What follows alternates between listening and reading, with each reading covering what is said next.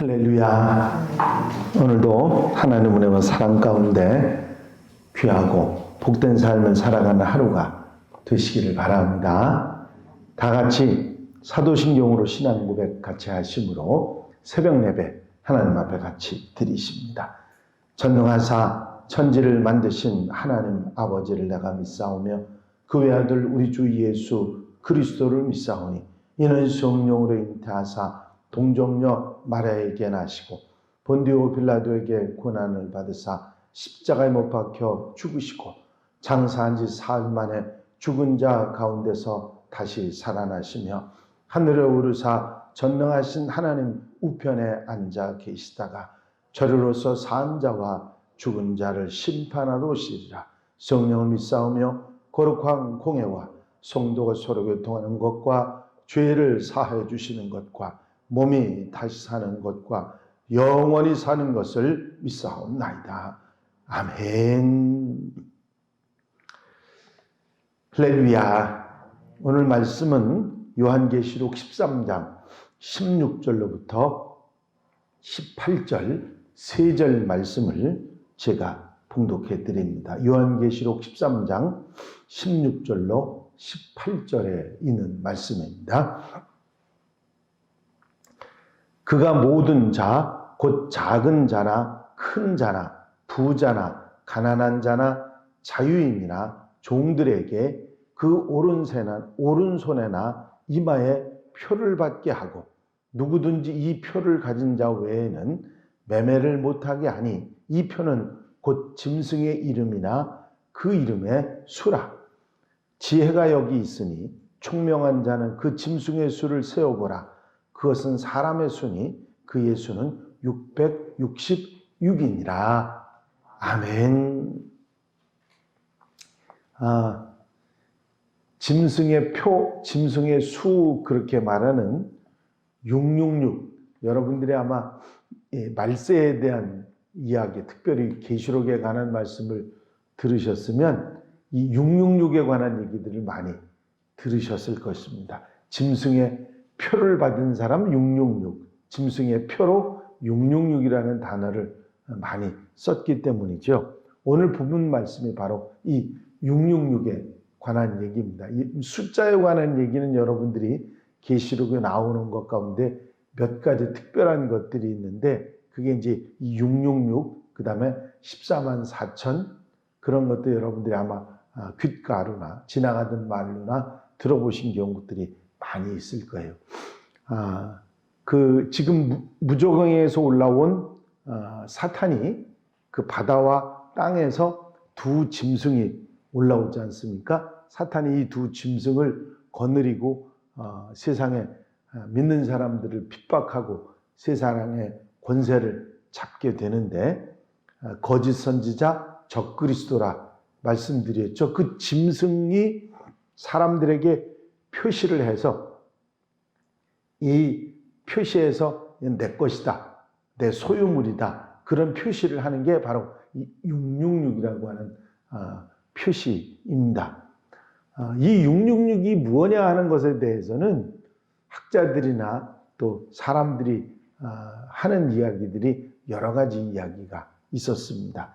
1980년대 미국에서 신용카드가 이제 대중화될 그런 무렵에 어떤 미래학자가 앞으로는 이 신용카드가 없으면 절대 물건을 살 수도 팔 수도 없게 될 것이라고 말하면서 이 666이 뭐냐면 이 신용카드에 적혀 있는 숫자 그게 바로 666이다 하는 그런 주장이 나왔었습니다. 이런 주장의 대표적인 것들만 몇 가지 생각해 보면 이 신용카드도 666이라 그랬고요.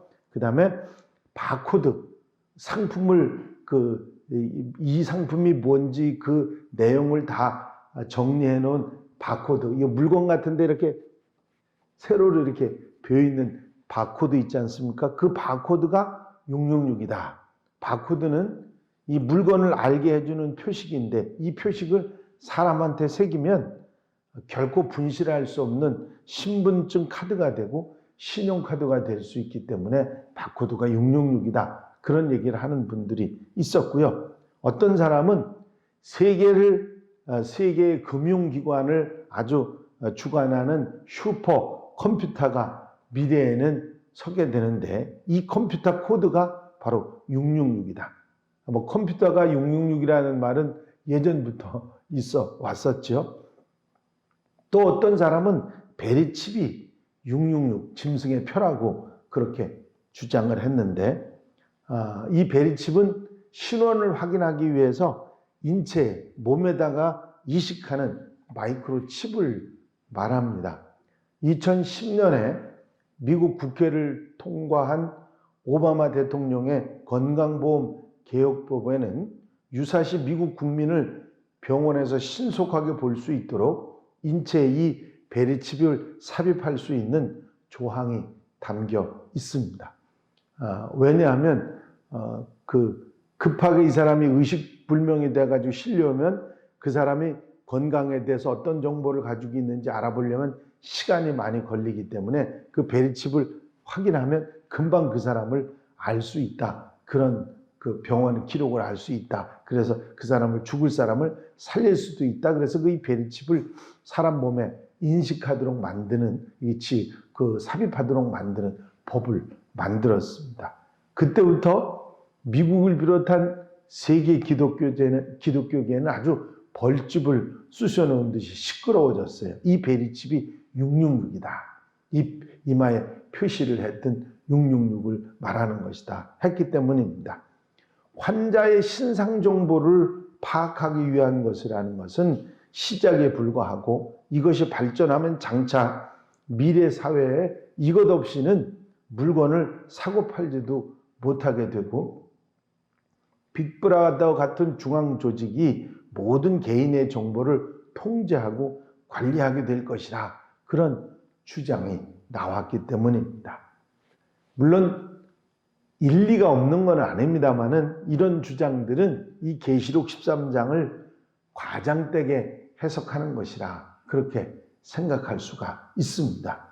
짐승의 표를 이마와 오른손에 받는다고 하는 이 성경 말씀은 요한계시록이 기록될 당시에 로마 사회에서 노예들에게 주인의 표시를 하던 관행을 말하는 것이기 때문이죠.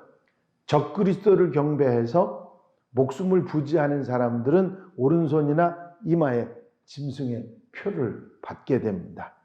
이마는 사람의 인격을 뜻하고 오른손은 힘과 능력을 상징하는 그런 뜻을 가지고 있죠.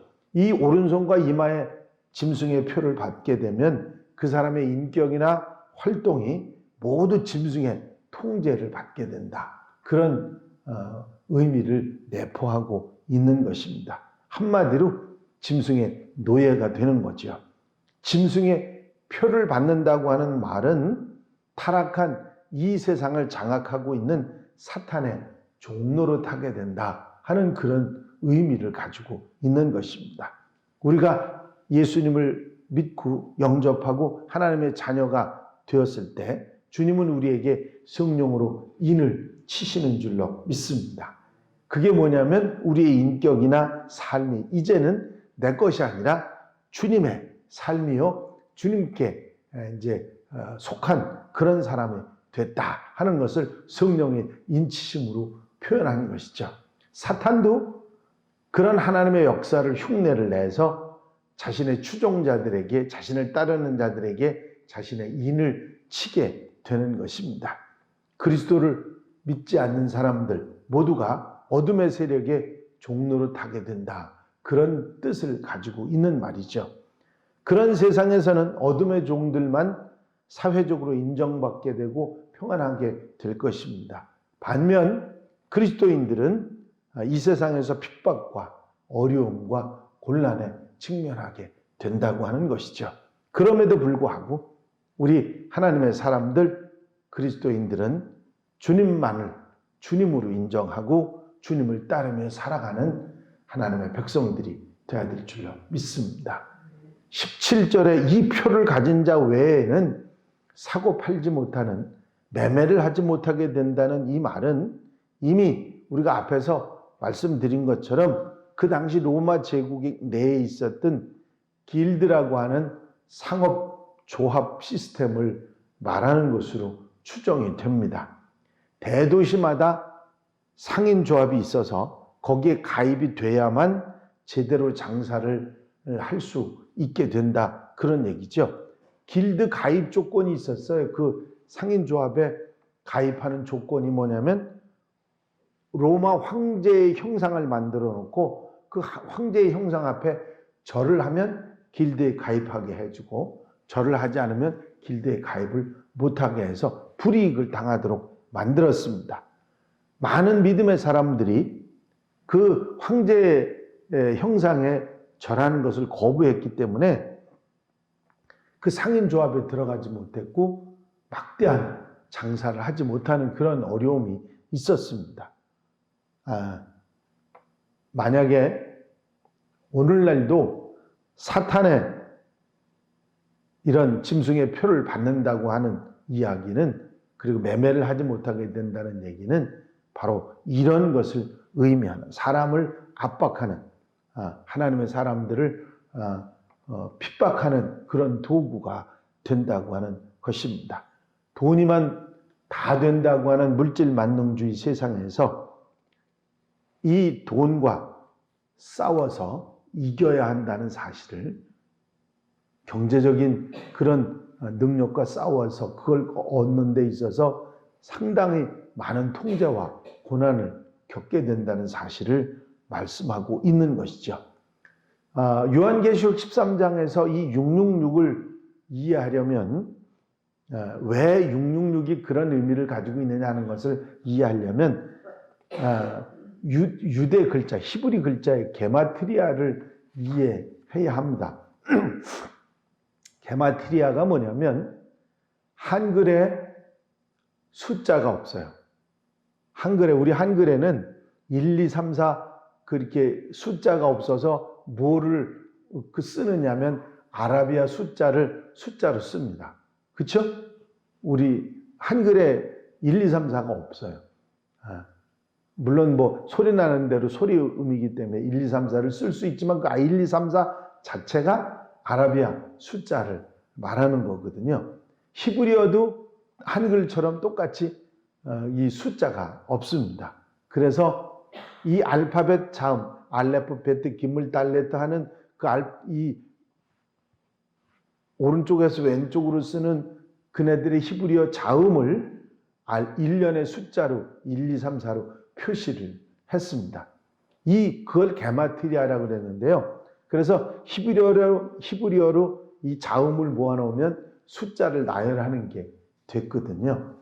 그래서 이 게마트리아는 당시 사도 요한 시대에 아주 익숙한 숫자라서 암호라고까지 말할 필요도 없었습니다. 히브리어는 왼쪽에서 오른쪽으로 읽는데요. 이렇게 게마트리아 계산법으로 하면 네론 카이사르, 네로 황제라고 하는 말이 666이 됩니다.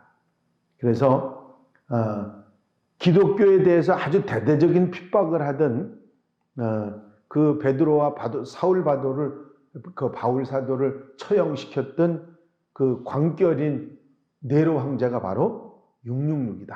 그렇게 말을 했던 것이죠. 하지만 666을 단순히 네로 한 사람으로 국한시키는 건 좀 문제가 있습니다. 사도 요한 시대에도 네로 황제의 버금가는 박해자가 있었는데 바로 도미티안 황제였습니다. 물론 도미티안 황제의 이름은 666이 안 됐죠. 하지만 666은 바코드나 신용카드나 컴퓨터나 베리칩이 아니라 네로나 도마티안 황제같이 기독교를 박해하고 이 땅에 적그리스도 같은 존재에게 예속돼 가지고 종노릇하는 사람들을 표시하는 것이다 하는 것을 알 수가 있습니다. 6이라고 하는 글자는 사람의 숫자고요. 하나님의 수인 7에는 미치지 못합니다. 그런데 그 6이라는 숫자가 3번이나 반복된 것은 인간이 불완전함에도 불구하고 자꾸 하나님처럼 인간 중심의 세상을 만들려고 하는 그런 끊임없는 시도가 있다고 하는 것을 말하고 있는 것이죠. 어느 날 서구 문명의 중심이 됐던 헬라 문명의 핵심은 인간이 세상의 중심이 되겠다는, 주인이 되겠다고 하는 인본주의 사상을 가지고 있는 것입니다. 그런데 그것이 세상 마지막이 되면 될수록, 마지막 때가 가까우면 가까울수록 더 그 인본주의가 심해지는 것입니다. 인간이 노력하면 못할 게 없다. 네 안에 신이 있다. 그것을 개발하기만 하면 된다. 그런 인본주의 사상이 계속해서 일어나고 사탄이 부채질하면서 그런 마음을 갖도록 만들어주는 것입니다. 이 인본주의 사상이야말로 가장 반기독교적인 그런 것이라고 하는 것이죠. 666은 하나님 없이 인간이 세상의 중심이 되려고 하는 그런 가치관이기도 합니다. 여기에 동조하지 않으면 비판받고 소외되고 생존 자체가 어려워지는 세상이 된다고 하는 말씀이 오늘 본문 말씀입니다. 하지만 6은 완전수가 아니라 부족한 숫자이기 때문에 3개나 들어서 666이 된다 할지라도 7에 하나가 부족한 실패, 최종적인 실패를 뜻하시는 것이고 그것이 바로 짐승의 운명이라는 사실을 우리가 깨닫게 됩니다. 20절 말씀에 짐승이 잡히고 그 앞에서 표적을 행하던 거짓 선지자도 함께 잡혔으니 이는 짐승의 표를 받고 그의 우상에게 경배하던 자들을 표적으로 미혹하던 자라. 이 둘이 산채로 유황불 불붙는 못에 던져지고. 계시록 19장 20절 말씀입니다. 짐승도 그의 힘을 받은 거짓 선지자도 무수히 따라다니던 추종자들도 유황불에 던져지는 심판을 받게 된다고 하는 말씀입니다. 우리가 이런 역사들이 말세에 나타난다 할지라도 그것 때문에 우리에게 핍박이 있고 어려움이 있다 할지라도 두려워하지 말고 성령의 인치심을 받은 하나님의 사람으로 이제 꿋꿋하게 잘 견디고 이기고 승리하는 하나님의 백성들이 되어야 될 줄로 믿습니다. 끝까지 하나님께서 우리를 지켜주시고 보호하시고 인도하시기 때문입니다. 기도드리십니다. 사랑과 은혜가 영원히 많으신 아버지 하나님, 666에 관한 수많은 이야기들이 있는데 그 말씀을 정리해서 다시 한번 깨닫게 하신 은혜를, 알게 하신 은혜를 감사를 드립니다.